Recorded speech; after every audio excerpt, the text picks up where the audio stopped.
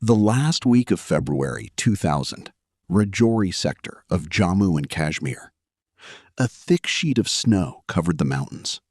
The night temperature was so low that steam came out of the mouth while breathing. Even in such an environment, the soldiers of our 17 Maratha light infantry were fully alert at the Ashok listening post. Eyes open, guns ready. This post was not just a picket. From a strategic point of view, it was the most important position in that entire area. The biggest challenge was that it was surrounded by Pakistani posts on three sides, like a lonely deer in a forest surrounded by hunters. The night of February 27 suddenly broke apart. Heavy mortar shelling started from the Pakistan side. Shells began to rain one after another. The sound of explosions echoed in the mountains. Our soldiers also replied firmly without backing down. Every soldier knew that this post was not to be left at any cost. But this shelling was not just an attack. It was a curtain, the first curtain of a very cunning conspiracy. Under the cover of that noise and darkness, Pakistan pushed 25 of its chosen terrorists across the LOC, wearing the uniforms of their elite SSG, Special Service Group. These were no novices. They were Pakistan's most dangerous, most trained, and most ruthless fighters. They kept crawling toward our bunkers in the dark like cats. When they got very close, they suddenly started indiscriminate firing. In the front line was Sepoy Bausahab Maruti Talakar. Like a true Indian soldier, he did not step back for a single moment. No matter how large the enemy's numbers were, he stood his ground. But the darkness gave the enemy an advantage they would never get during the day. That bloody gang was led by a man whose name the whole world would tremble to take in the coming years. He attacked Talekar from behind, slit his throat, and that night, the head of that brave soldier was severed from his body. 7 of our brave soldiers were martyred that night, and that beast picked up the severed head like a trophy and walked back toward POK in the darkness of the night. But the most shameful, most hair-raising part of this whole incident was yet to come. That beast reached directly to Pakistani General Pervez Musharraf with that head. Musharraf, who later became the president of Pakistan, congratulated him and called him a hero of Pakistan. That same night, a monster got his wings. His name was Ilyas Kashmiri. On February 10th, 1964, in the Bhimber district of Pakistan-occupied Kashmir, a child was born who looked like any other child. His parents named him Muhammad Ilyas. Growing up, he enrolled in the Allama Iqbal Open University in Islamabad to study communications. In the beginning, everything was normal. But college days proved to be a different kind of school for him. There, he met radical jihadists. The things they put in his mind gradually took root. Books were left aside, and the fire of jihad began to burn within him. One day, he left the university and reached the Jamia Ulum ul Islamia Seminary in Karachi. It was the 1980s. This was no ordinary madrasa. It was a machine that hollowed out children and youth from the inside and turned them into weapons of terror. Very few people who came here returned to normal life. Ilyas came here, and this place changed his life forever. In the madrasa, he met ISI officers and Pakistani army generals. The fire they saw in this boy was useful to them. They recruited him into the SSG, Pakistan's most dangerous commando force. Pakistan had found a weapon that could go to any length if needed. In the 1980s, the Soviet army was crushing Afghanistan. This was the era when the American CIA, Pakistani ISI, and billionaires like Osama bin Laden were working together for one goal: to drive the Soviet army out of Afghanistan. The Mujahideen were getting money, weapons, and training. Ilyas was sent to Miran Shah in North Waziristan. His job was to train Afghan Mujahideen to lay landmines. But one day, fate extracted a heavy price from him. During a bloody encounter in the Afghan mountains, Ilyas was badly injured in a massive explosion. That blast took away one of his eyes and cut off the index finger of his right hand. He was very close to death, but he survived. And those who return after seeing death often return even more dangerous. After the Afghan war ended and the Soviet army withdrew, Pakistan now had a man who was seasoned in the Afghan war, had tested himself, and was still alive. In 1991, he was made the chief commander of Harkat-ul-Jihad al-Islami, Huji, for Jammu and Kashmir. With this, preparations were made for a new storm in the Kashmir Valley. Ilyas made his base in the Kotli area of POK. From here, he raised a unit whose name made even terrorists sweat, Brigade 313. This was no ordinary terrorist gang. To join it, one had to pass rigorous physical and mental tests. Only those were chosen who were ready to go to any extent, without any question, without any hesitation. The Kashmir Valley was soaked in blood in those days. Consignments of weapons and terrorists were coming from across the border. Ilyas had become a big part of this entire network. During this time, Maulana Masood Azhar entered India with a fake passport. Our security forces caught him in Anantnag. This was a big blow for Pakistan. Their biggest pawn was in an Indian jail. To free Masood Azhar, Ilyas hatched a conspiracy that would cause an international stir. He, along with another dangerous terrorist, Omar Saeed Sheikh, kidnapped 4 foreign tourists from Delhi, including American and British citizens. The idea was to put international pressure on India by showing the threat to foreign lives and get Mastodon released.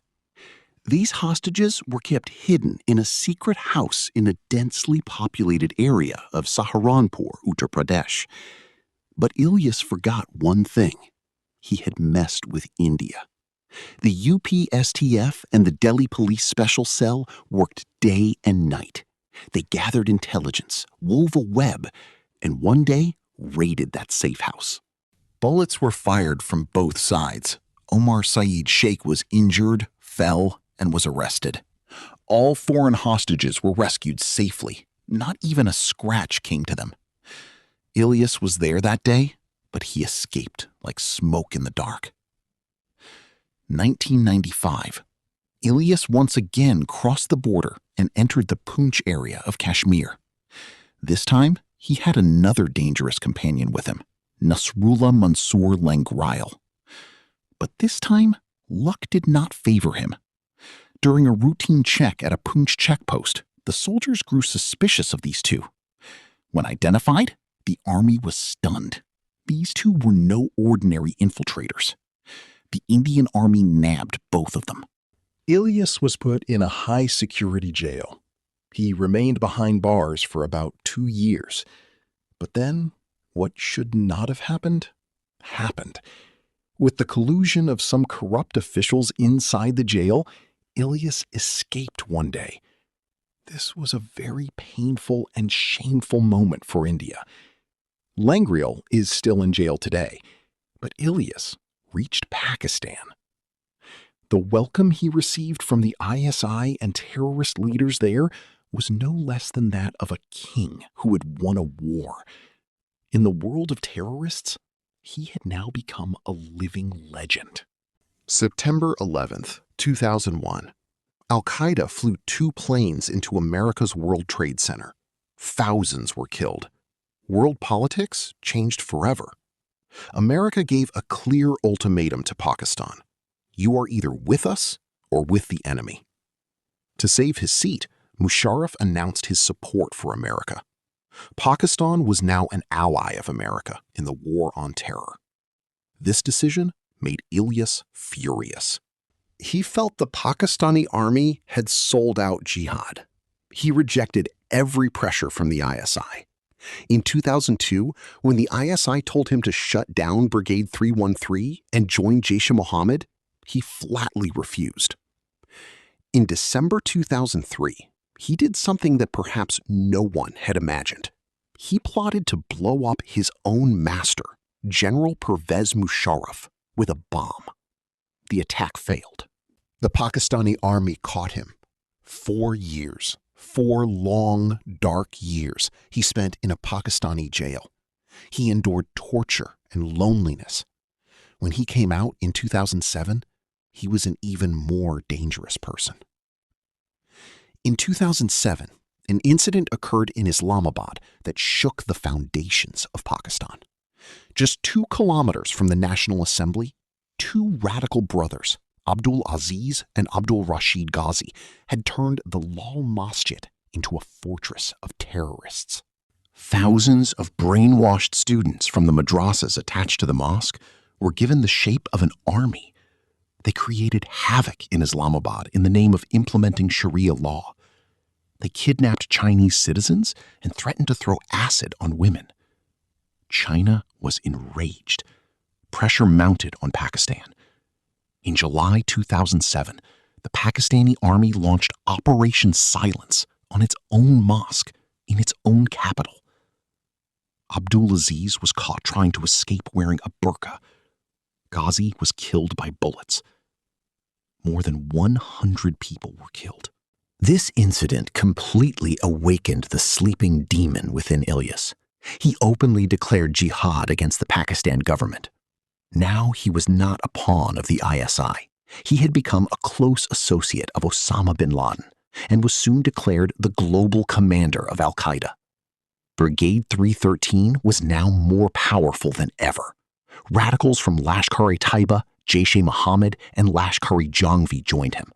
Even some former officers of the Pakistani Army and Air Force joined his organization. He was now a force that was not easy for anyone to stop. In 2008, former SSG chief General Amir Faisal Alvi was shot dead in the middle of the road. In 2009, a Faidiin attack took place at the ISI headquarters in Lahore. The GHQ in Rawalpindi, the Pakistani Army's most secure base, was targeted. All this was at the behest of Ilyas. He was telling the Pakistani army, "You made an enemy of the wrong man." And his hatred for India was still the same, burning, refusing to be extinguished. November 26th, 2008, Mumbai. David Coleman Headley, a Pakistani-American terrorist, had spent months roaming Mumbai to scout every important location.